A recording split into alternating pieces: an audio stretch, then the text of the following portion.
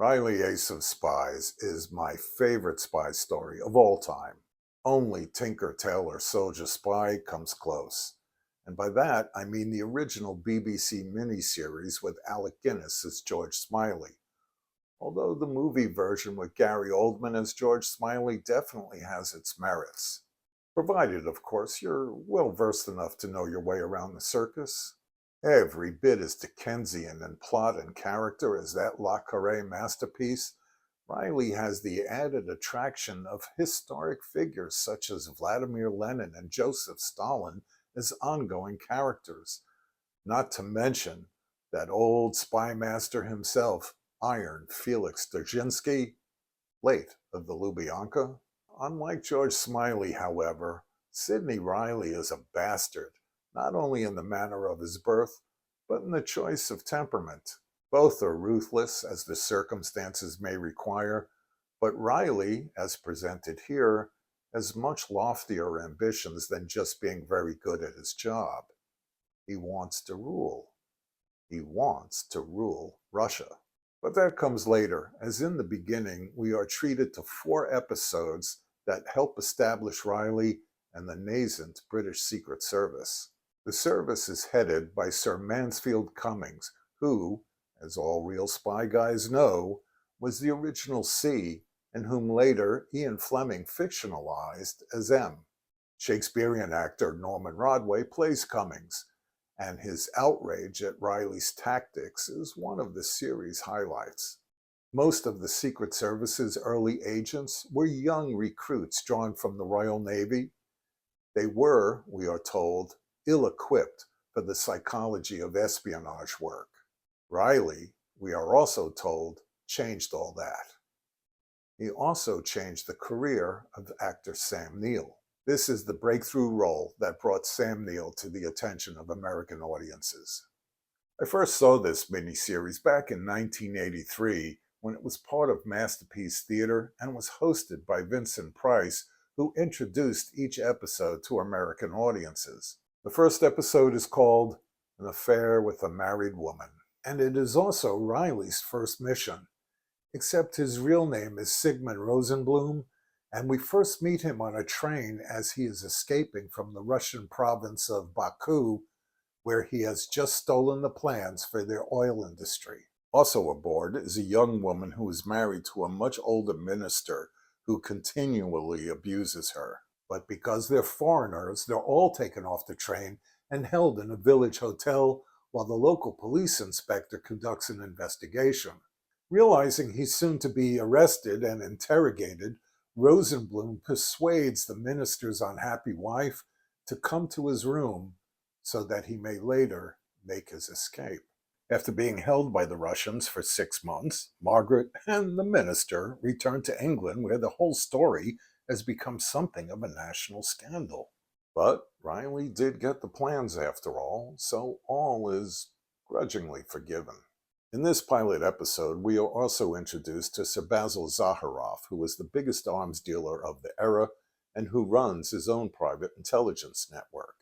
He is played by the great Leo McKern, and his dealings with Reilly are those of the best of enemies. Later, after the minister dies, Margaret and Rosenblum get married, and during the reception, Cummings wonders why Rosenblum has changed his name to Reilly, to which he replies, because the Irish are welcomed in every country in the world, except this one. Well, fair enough. The second episode is called Prelude to War.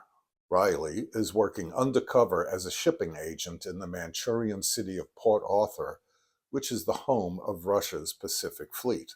David Suchet plays the Chinese police inspector who's on to Reilly as he's aiding the Japanese with their forthcoming attack on the Russian fleet.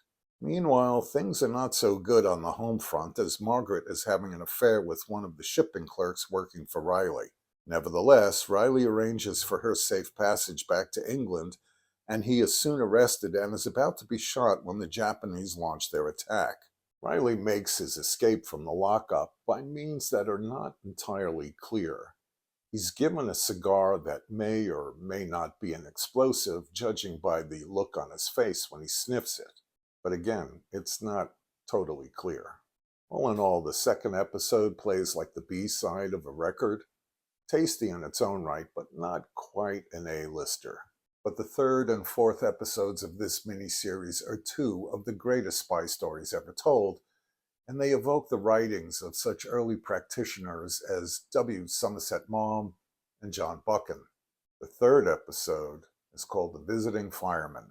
On his way back from Port Arthur in 1905, Reilly is assigned to infiltrate the Bloom and Voss shipyards in Hamburg and rescue the young agent who works at the shipyard, but who is rapidly losing his nerve. While traveling on the Orient Express, he is intercepted by Sir Basil Zaharoff, who wants Reilly to steal the plans of a new naval gun that is being developed at the same shipyard. Reilly infiltrates the shipyard undercover as a works fireman and even secures lodging in the same house where the panicked agent has rented a room, which they now will both share. But Reilly doesn't tell the agent who he really is. Instead, he uses him as a decoy so he can steal the plans for the gun. Reilly also seduces the landlord's daughter during his stay, and we later learn that he kills the landlord while making his escape. A young Bill Nighy plays the young agent who, once discovered, tragically kills himself. In its compactness and simplicity, this episode is one of the great spy stories of all time and is a series highlight. The fourth episode is called Anna, and like the previous episode, this too is a great spy story. On his return to London, Reilly learns that Margaret has sold their house and has taken off to Paris with a man who is described as a Bloomsbury type and who has something of a depraved nature. Over lunch at Cummings Club, Reilly reports that his efforts to find Australian oil man William Knox Darcy have so far yielded no results. Cummings informs him that Darcy is working with the Rothschilds, the famous banking family of Europe, to sell his Persian oil concessions to the French, and that Reilly must prevent this from happening so the British will secure those concessions. Reilly learns that his half-sister is also in Paris to study music, and in her naivete acts as a courier for a Russian emigre organization and is being watched. Reilly approaches her one day after class, and then later, after dinner, we learn a lot more about Reilly's past as they share childhood memories. They also wind up sharing the same bed. The next morning, Reilly leaves for the south of France, where he infiltrates Baron Rothschild's yacht disguised as a priest. While the Baron is having him investigated, Reilly finds Darcy aboard the yacht and eventually persuades him to sign with the British. Flush with this major triumph, Reilly returns to Paris only to find that Anna has killed herself. What's more, she did so, as she explains in a letter, that she couldn't bear to remain alive while someone like him walked the earth. Needless to say, Reilly is devastated.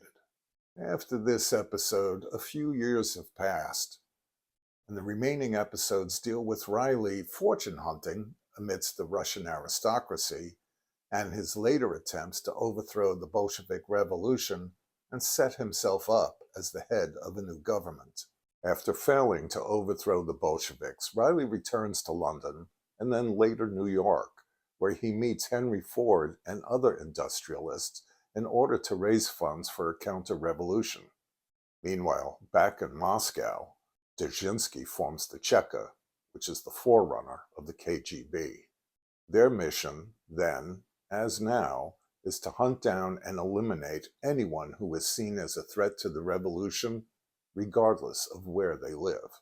To that end, Dzerzhinsky creates a fake counter-revolutionary organization called the Trust, which is totally controlled by the Cheka.